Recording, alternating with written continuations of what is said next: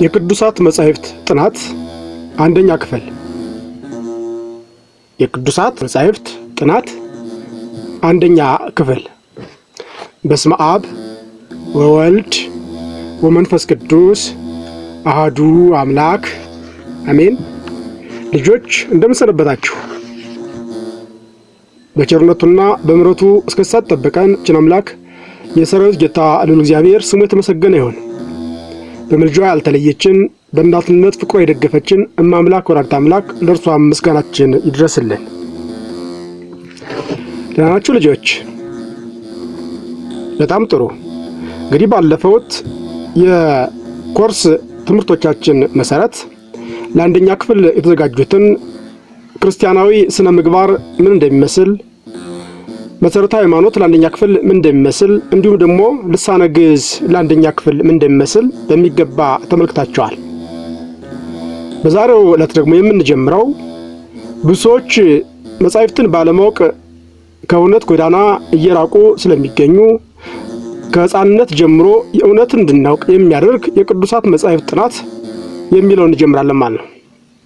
መጽሐፍ ቅዱስን አውቀን እውነትን እንድንከተል ከእውነትም እንዳንርቅ የሚያደርገን የቅዱሳት መጻሕፍት ጥናት ምን እንደሚመስል አንደኛ ክፍል የሚለውን ለማየት እንሞክራለን። ልጆች ብዙ ሰዎች የቅዱሳት መጻሕፍትን ጥናት ወይም ደግሞ የመጽሐፍ ቅዱስን ነገር በሚገባ ባለማወቃቸው ምክንያት ከመጽሐፍ ቅዱስ እውነት እየራቁ ከመጽሐፍ ቅዱስ ህብረት ሲርቁና ሲጠፉ እንመለከታለን። ቅድስት ቤተክርስቲያንም ይህንን በመረዳት ልጆቼ ከሕፃንነት ጀምሮ እውነትን እያወቁ እንዲመጡ መጽሐፍ ቅዱስ መማር አለባቸው ብላ ለአንደኛ ክፍል ያዘጋጀችውን እንመለከታለን ማለት ነው። በኢትዮጵያ ኦርቶዶክስ ተዋሕዶ ቤተክርስቲያን የሰንበት ትምህርት ቤቶች ማደራጃ መምሪያ የመንበረ ፓትርያርክ ዓለም አቀፍ የሰንበት ትምህርት ቤቶች አንድነት እንግዲህ ይህንን የመጽሐፍ ቅዱስ ጥናት ለልጆች ከታች ጀምሮ ማወቅ፣ እውነትን መረዳት፣ በእውነትን መመራት እንድንችል ይህንን አዘጋጅተውልናልና ልጆች ይህንን ኮርስ በሚገባ ልትማሩ ያስፈልጋቸዋል ማለት ነው። እንድንማርም እንድናስተውልም አምላካችን በቸርነቱ ያደርገን ዘንድ የኢየሱስ ቅዱስ ፈቃድ የድንግል ማርያም ምልጃ አይለየን። እንደ መግቢያ የምንመለከተው አባቶቻችን በመንፈስ ቅዱስ እርዳታ የቤተ ክርስቲያንን ስርዓት በሚገባ ሰርተው ብራና ዳምጠው ፊደል ቀርጸው ጽፈው እንዲሁም በትውፊት በቅብብሎሽ መጻሕፍትን አዘጋጅተው ሰጥተውናል። ብዙ አባቶቻችን ብዙ ዋጋ ከፍለው ነው እዚህ የደረስነው። አሁን ዘመኑ የረቀቀ ስለሆነ ሁሉን ነገር በቀላል ማግኘት የምንችልበት ዘመን ነው። አባቶቻችን ግን ብዙ ዋጋ ከፍለዋል ማለት ነው። ይህ የእግዚአብሔር ቃል ለትውልድ እንዲተላለፍ ብራና ዳምጠው ፊደል ቀርጸው ቀለም በጥብጠው ጽፈው የእግዚአብሔርን ቃል አቆይተውናል። ልጆች እናንተም ቅዱሳት መጻሕፍትን በማወቅ እንድትተገብሩ በመልካም ስነ ምግባር እንድትታነጹ ይህ መማሪያ መጽሐፍ ተዘጋጅቷል። ስለዚህ በዚህ ክፍለ ትምህርት ውስጥ የቅዱሳት መጻሕፍት ውስጥ የቅዱሳን አባቶቻችንና የቅዱሳን እናቶቻችን በሶስት ዋና ዋና ምዕራፎች ተካተው ቀርበዋል ማለት ነው። በሶስት ዋና ዋና ምዕራፎች ተካተው የቀረቡትን የቅዱሳን አባቶቻችንና የቅዱሳን እናቶቻችን ታሪክ የምንማርበት ክፍል ነው ማለት። ይህ የቅዱሳት መጻሕፍት ጥናት አንደኛ ክፍል የሚለው ይህንን በሚገባ እንመለከታለን ማለት። እንደመግቢያ ይህን ካየን መቅስት አርዕስት ወይም ደግሞ ይዘቱ ምንድነው ብለን ስንመለከት እንግዲህ ከላይ እንዳየነው ሶስት ምዕራፎች ያሉት ነው ይህ ኮርስ። ምዕራፍ 1 ከአዳም እስከ ኖህ ያሉ የአበው ታሪክን እንመለከታለን። ለምሳሌ ስነ ፍጥረት እንመለከታለን። አዳምና ሔዋን በኤደን ገነት ወይም ታሪካቸው አጠቃላይ የአቤልና የቃየን ታሪክን እንመለከታለን። የኖህ ታሪክ ምን እንደሚመስል እንመለከታለን። የባቢሎን ግንብ ምን እንደነበረ እሱን ምን አብረን እንመለከታለን ማለት ነው። በምዕራፍ 2 የምንመለከተው ከአብርሃም እስከ ሙሴ ያለውን ታሪክ ነው። ከአብርሃም እስከ ሊቀ ነቢያት ሙሴ ያለውን ታሪክ ስንመለከት ደግሞ በዚህ የምናየው ምንድነው? የአባታችን የአብርሃምና የሳራ ታሪክን እንመለከታለን። የይስሐቅ ልደትና እድገት፣ የያዕቆብና የኤሳው ታሪክን እንመለከታለን። የያዕቆብ ልጆች ታሪክ፣ የራሔል ታሪክ፣ የያዕቆብ ልጆች የዮሴፍ ታሪክ፣ የያዕቆብ ልጅ የሆነው የታላቁ የዮሴፍ ታሪክ እሱን እንመለከታለን። እንዲሁም ደግሞ የሙሴ መወለድና እድገት፣ ለእስራኤላውያን መና ከደመና መውረዱና ውሃ ከዓለት ስለመፍለቁ እሱን እንመለከታለን። የሙሴ እህት ማርያም የእሷን ታሪክ እንመለከታለን በምዕራፍ 2 ማለት ነው። በምዕራፍ 3 እና መጨረሻው ደግሞ የምንመለከተው ልጆች ከኢያሱ እስከ ዳዊት ያለውን ታሪክ እንመለከታለን ማለት ነው። ከታላቁ መስፍን ከኢያሱ እስከ ታላቁ መምህርና ነቢይ ንጉስ ከሆነው እስከ ዳዊት ያለውን ታሪክ ስንመለከት በዚህም ደግሞ የምናየው የኢያሱ ታሪክ ምን ይመስላል፣ የሶምሶን ታሪክ ምን ይመስላል፣ የጌዲዮን ታሪክ፣ የሩትና የኑሃሚን ታሪክ፣ የሳሙኤል እናት የሐና ታሪክ ምን እንደሚመስል ለመመልከት እንሞክራለን ማለት ነው። በጣም ጥሩ ልጆች፣ እንድንጀምር ያነቃቃ እንድንፈጽም ያበቃን ዘንድ የእርሱ ቅዱስ ፈቃድ ይሁንልን። ምዕራፍ 1 ከአዳም እስከ ኖህ ያሉ የአበው ታሪክ። ልጆች በሚገባ የምንከታተለው ምዕራፍ አሁን ምን ይላል? ከአዳም እስከ ኖህ ያሉ የአበው ታሪክ የሚለውን ለመመልከት እንሞክራለን። እንግዲህ የዚህ ምዕራፍ ዓላማ ምን ነው ብለን ስንመለከት ተማሪዎች ይህን ትምህርት ተምራችሁ ካጠናቀቃችሁ በኋላ ስነ ፍጥረት ስንል ምን ማለታችን እንደሆነ በሚገባ ትረዳላችሁ ማለት ነው። ስነ ፍጥረት ስንል ምን ማለታችን እንደሆነ በሚገባ ትረዳላችሁ። የስነ ፍጥረት አስገኝ ማን እንደሆነ በሚገባ ታውቃላችሁ ማለት ነው። ፈጣሪ ዓለማት ፈጣሪ ስነ ፍጥረታት ማን እንደሆነ በሚገባ ትረዳላችሁ። ከእሑድ ጀምሮ እስከ ቅዳሜ ድረስ የተፈጠሩ ፍጥረታትን ትዘረዝራላችሁ ማለት ነው። ከእሑድ ጀምሮ እስከ ቅዳሜ ድረስ የተፈጠሩ ፍጥረታት አሉ። እነዚህ ፍጥረታት ምን እንደሆኑ እነሱን በሚገባ ለማየት እንሞክራለን ልጆች። በጣም ጥሩ። እንግዲህ አሁን የቁልፍ ቃላት አሉ፣ እነሱ እነግራችኋለሁ።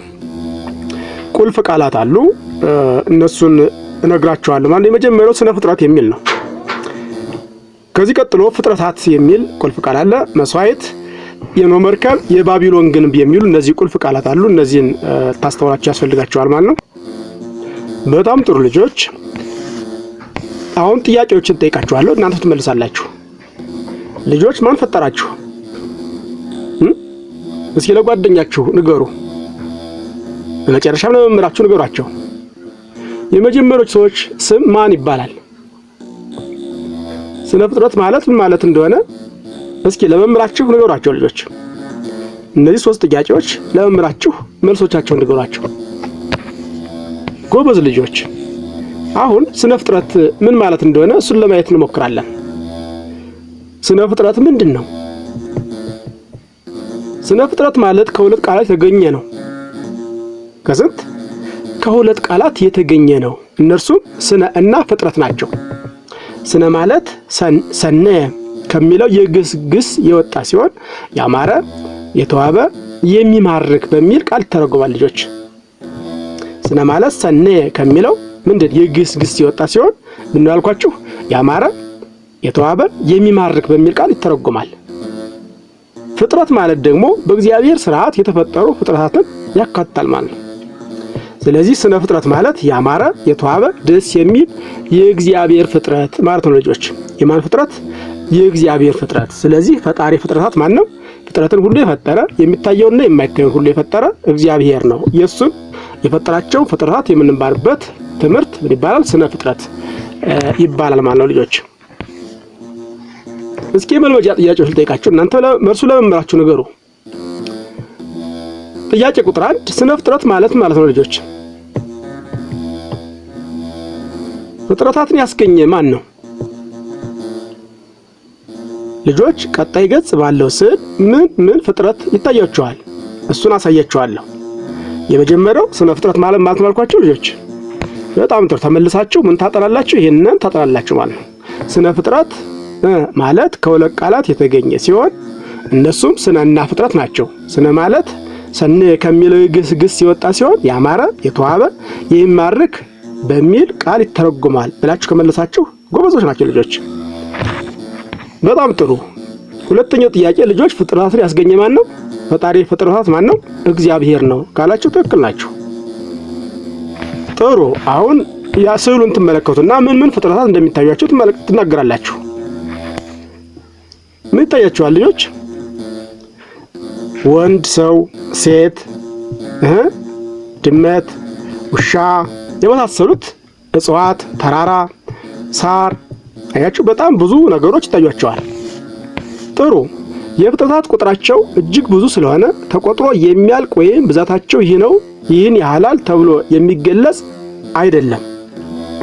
ምክንያቱም እግዚአብሔር የፈጠረው ፍጥረት በጣም ብዙ ስለሆነ ነው ልጆች። ነገር ግን ተመሳሳይ የሆኑትን ፍጥረታት አንድ ላይ የመደብን ስንቆጥር አጠቃላይ የስነ ፍጥረት ብዛት 22 ናቸው ማለት ነው። ስንት ናቸው? 22 ይሆናሉ። ምን እያደረግን ስንቆጥር? ተመሳሳይነት ያላቸውን አንድ ብለን እየቆጠርን የሚታየውም የማይታየውም የእግዚአብሔር ፍጥረት ብዙ ነውና ቆጥረን የምንጨርሰው አይደለም። ነገር ግን ተመሳሳይ የሆኑትን ፍጥረታት አንድ ላይ እየመደብን ስንቆጥር በአጠቃላይ 22 ስነ ፍጥረታት እንዳሉ ልንረዳ ያስፈልገናል ልጆች። እግዚአብሔር እነዚህን 22 ፍጥረታት በ6 ቀናት ፈጥሯቸዋል ማለት ነው። እነዚህ ሁሉ ፍጥረታት የተፈጠሩት በስንት ቀን ነው? በ6 ቀን እንደሆነ ልትረዱ ያስፈልጋቸዋል። እነዚህን በ6ቱ ቀናት የተፈጠሩ 22 ፍጥረታት የሚከተሉ ናቸው። እነሱ ምን እንደሆኑ ቀጥለን እንመለከታለን ልጆች። እንግዲህ ስነ ፍጥረት የተጀመረበት ቀን ወይም ደግሞ እግዚአብሔር ፍጥረት መፍጠር የጀመረበት የመጀመሪያው ዕለት ወይም ቀን ማን ይባላል? እሁድ ይባላል ማለት ነው። እሁድ ይባላል። በዚህም ዕለት በዕለተ እሁድ 8 ፍጥረታትን ፈጥሯል እግዚአብሔር። በዕለተ እሁድ 8 ፍጥረታትን እግዚአብሔር ፈጥሯል ማለት ነው። እነሱም ምንድናቸው? ነፋስ፣ እሳት፣ መሬት፣ ውሃ፣ ጨለማ፣ ብርሃን፣ ሰማያትና ቅዱሳን መላእክት ናቸው ልጆች፣ እንዳትረሷቸው። እነዚህንም አራቱ ባህሪያተ ሥጋ አንድ ብለን እንይዛቸውና እነሱን ሌሎችን ደግሞ እንቆጥራለን ማለት ጨምረን እንቆጥራለን። ምን ናቸው? ጨለማ፣ ብርሃን፣ ሰማያትና ቅዱሳን መላእክት። እነዚህ አጠቃላይ ስንደምራቸው ስንት ይሆናሉ? 8 ይሆናሉ ማለት ነው። አራቱ ባህሪያተ ሥጋ የሚባሉት እሳት፣ ነፋስ፣ መሬትና ውሃ፣ እነዚህ የጋራ ስማቸው አራቱ ባህሪያተ ሥጋ ይባላሉ። አጠቃላይ 4 ናቸው። ጨለማ፣ ብርሃን፣ ሰማያትና ቅዱሳን መላእክት ሲጨምርባቸው 8 ይሆናሉ። ስለዚህ በዕለተ እሁድ 8 ፍጥረታትን እግዚአብሔር እንደፈጠረ ልንይዝ ያስፈልገናል ማለት ነው። እነዚህንም በሚከተለው መልኩ መመልከት እንችላለን። ምን ናቸው አልኳችሁ? ነፋስ፣ እሳት።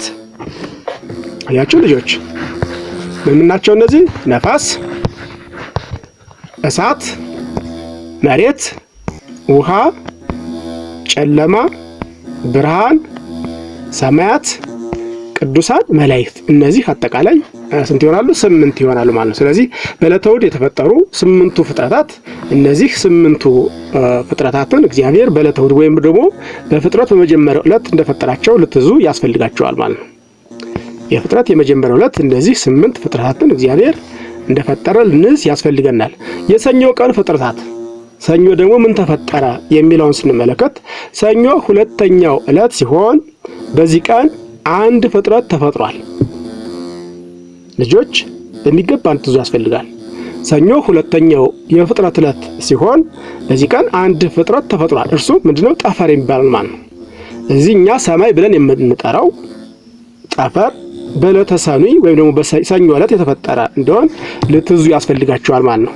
ማክሰኞ ዕለት ፍጥረታት ምን ናቸው? የማክሰኞ ዕለት ፍጥረታት ደግሞ ምን ናቸው የሚለው ስንመለከት ማክሰኞ እግዚአብሔር ፍጥረታትን መፍጠር የጀመረበት 3ኛው ዕለት ሲሆን በዚህ ዕለት እጽዋት፣ አዝርዕት እና አትክልት ተፈጥረዋል ማለት ነው ልጆች። እጽዋት፣ አዝርዕትና አትክልት መቼ የተፈጠሩት? በዕለተ ሰሉስ ወይ ደግሞ በማክሰኞ ዕለት እንደተፈጠሩ ልትይዙ ያስፈልጋቸዋል። እነዚህንም በሚከተለው መልኩ መያዝ እንችላለን ልጆች። ምን ናቸው? እጽዋት፣ አትክልትና አዝርዕት መቼ የተፈጠሩት? የዕለተ ማክሰኞ ወይም ደግሞ የዕለተ ሰሉስ ፍጥረታት እንደሆኑ ልትይዙ ያስፈልጋቸዋል ማለት ነው። በጣም ጥሩ። የረቡዕ ፍጥረታት ምንድናቸው ብለን ስንመለከት ደግሞ እግዚአብሔር ፍጥረታትን መፍጠር የጀመረበት 4ኛው ዕለት ረቡዕ ሲሆን በዚህ ዕለት ፀሐይ፣ ጨረቃ፣ ከዋክብት ተፈጥረዋል ማለት ነው። ፀሐይ፣ ጨረቃና ከዋክብት በዕለተ ረቡዕ የተፈጠሩ ፍጥረታት እንደሆኑ ልንይዝ ያስፈልገናል ልጆች። ምን ናቸው? ፀሐይ፣ ጨረቃና ከዋክብት መቼ ተፈጠሩ? የዕለተ ረቡዕ ፍጥረታት እንደሆኑ ልትይዙ ያስፈልጋቸዋል።